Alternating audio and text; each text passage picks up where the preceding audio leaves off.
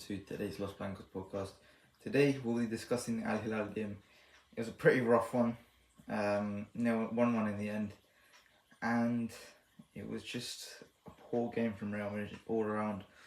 It was just lacking a bit of everything, and I think anybody who was expecting this to be an overnight change, with all the problems we saw from last season, it's kind of crazy, right? But here we are, we're sitting here talking about this game, basically as an extension from last season.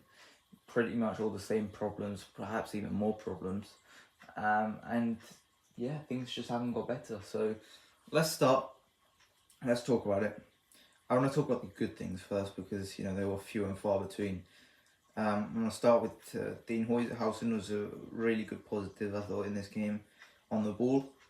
Defensively, I don't think he was amazing, but on the ball, I thought he was very, very good. Got us forward a lot of times. Actually, helped us a lot in the possession, trying to create chances, trying to do a little bit more on the ball where players just couldn't do anything. Other players couldn't do anything. So I think in that aspect, I thought Hausen was really good. And yeah, long may it continue. Hopefully, it continues into next game. But still, it was a poor game from everyone else, I thought, mostly. So, yeah, Hausen, good game. And then the other guy who I thought had a good game, Gonzalo Garcia, scored a goal. He made his impact. I thought the one time in which he actually, dropped deep and tried to receive it and go ahead and score a goal, we went and scored from that. He dropped deep. He played a couple nice passes. We were on the counter, and he went on and finished the attack. So I thought that was really good from Gonzalo Garcia, and hopefully that helps his case to stay in the first team, and perhaps be the Joselu replacement that we've been looking for. Now, with the positives ending there, it was a very short-lived two positives in that game. I don't think anything else really was too much of a positive worth talking about anyway. But let's start with, where do you want to start? We'll start with the effort, because I think that was the main issue in this game. I think they were playing like it was a pre-season game at the end of the day, and they might think it's a pre-season game, but at the end of the day, it's not. It isn't a pre-season game. It's a very valuable tournament in terms of monetary. At minimum, it's a very valuable tournament in terms of monetary value. So you can't be playing like it's a simple game against LAFC in some preseason competition. It's not that type of game. It's a competition worth millions and millions and millions of dollars, which you should be able to win. So there was no excuse for not bringing that intensity. There's no excuse for not bringing that urgency, which I just think Real Madrid were lacking in that game yesterday. There was no urgency, no willingness to press, no willingness to really get on top of Al Hilal and actually cause some pressure. Now, I could see what Xabi Alonso was trying to do in terms of the team looked a lot more solid, a lot more stable. We weren't so open. I say with an exclamation, in inverted, but we weren't so open as last season. That being said, we were still pretty open in that first half, and in the second half, I would say it was more on Al Hilal dropping back and just allowing the pressure rather than us, stopping them. So I think, yeah, there was, you can see this in the genuine attempts to make this team a little bit more solid, a little bit more compact. But I also do think that was more on Al Hilal and their willingness to just drop back a little bit, just to allow a little bit more pressure from Real Madrid, because it was obvious that Real Madrid weren't pressing at the best of their abilities. And so, that brings me to Vinicius Jr. It just wasn't a great performance for Vinny. He's playing against Juan Cancelo, and we're sitting here in the day of, what was the date today? It's June 19th, 2025. 2 years ago, he was playing against Barcelona, and he was absolutely ripping Cancelo to shreds. And I remember the game against Manchester City in 2022, where he played against them, and Pep put João Cancelo onto the left to ensure that Vinny wouldn't be matched up against him. Even though João Cancelo at that point was considered probably the best right back in the world. So we're sitting here and saying that in 2025, when João Cancelo doesn't even play for Portugal anymore at right back, is not even the starter there.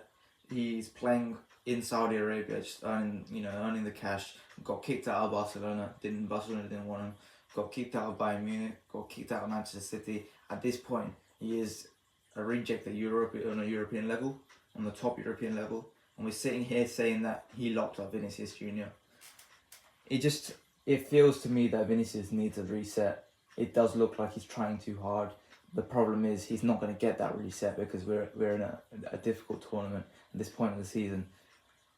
He needs like 4 weeks off in Brazil just to rest and recuperate, because he needs that mentality reset. He needs to just detox everything at this point because it just doesn't feel right from Vinicius Junior, and I just don't think it's going to get any better.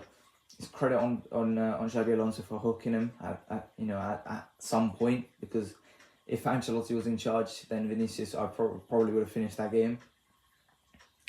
So at least when he came off, Munoz was in a better position to make an impact on that game, but still it wasn't enough. And I'm worried for Vinicius because this is a different manager. Obviously, this is the first game under a different manager, so I'm not going to do too much. But it's still concerning from what I'm seeing. It's not improving. He's trying to take on too many guys, but even now he's failing to take on someone like João Cancelo, who isn't an excellent defender, who isn't a lockdown defender, and so I'm worried. I'm worried on his behalf. I'm gonna hope that he can continue to grow and get better. Hopefully he can, but still, I'm worried. I'm really worried for Vinicius Junior. And it also brings me on to Rodrigo. Someone on the timeline said that Rodrigo's moving like Eden Hazard, and whenever I watch him now, I can't unsee it. Hazard from 2021, let's make that very clear, not the Chelsea one. And when you look at Rodrigo running, it just doesn't look right. His intensity is just totally wrong. For somebody who, is trying to make his case for Real Madrid to be the main left winger, forget about starting. He's trying to be the left winger of this club. Playing like that, with that intensity, with that lack of pressure, with that lack of urgency, it's not going to get him anywhere. It's going to get him somewhere. It's going to get him to the Emirates. So it's just not good enough from Rodrigo's behalf. He's not defending well. He's not going forward well. Same thing with Vinicius. He needs a reset, and he's just not going to get that. And this Club World Cup has just come at the wrong time, where we could have really used a detox for a lot of these guys. We could have really used a couple of weeks off. We could have really used some training for these guys, and suddenly we're thrown back into the deep end with a difficult tournament, with a tough tournament at this point in the season. It's just not what we needed right now, but we have to deal with it. So yeah, Jude Bellingham, he should have just got the surgery now. The way he played, it was just like he was really lethargic. He should have got the surgery. He shouldn't have missed he should have missed this tournament and come back a little bit earlier. It's annoying, but now he's here. We've got to deal with that now. So yeah, I'm worried about that. Defensively, it just wasn't the same thing again. He needs, in order for Xabi Alonso to actually make this team pressing, capable of pressing, then we need to be a little bit better. We need to have a full system reset. We need to have a full, and as Courtois said it after the game, we still got the mannerisms of an Ancelotti team still. So, we've got to deal with that. We've got to make sure that we play it to the best of our ability. Even in all of this shit, we could have won this game. That's the thing. And I'm not going to get on for it because everyone misses the penalties for this team anyway. So he's just let him just add on to the list of the guys who are inconsistent from this penalty spot. But defensively, I didn't think it was good enough. Trent, for a debut, it was just not a great debut, was it, from Trent? Passing ability just didn't really show it, and obviously defensively he got cooked by Al-Saudi, or whatever his name is, the Saudi left winger. He got totally cooked by him, so it wasn't good enough from him.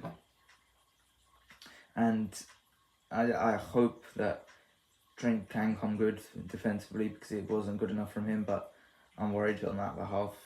I'm not so happy about that.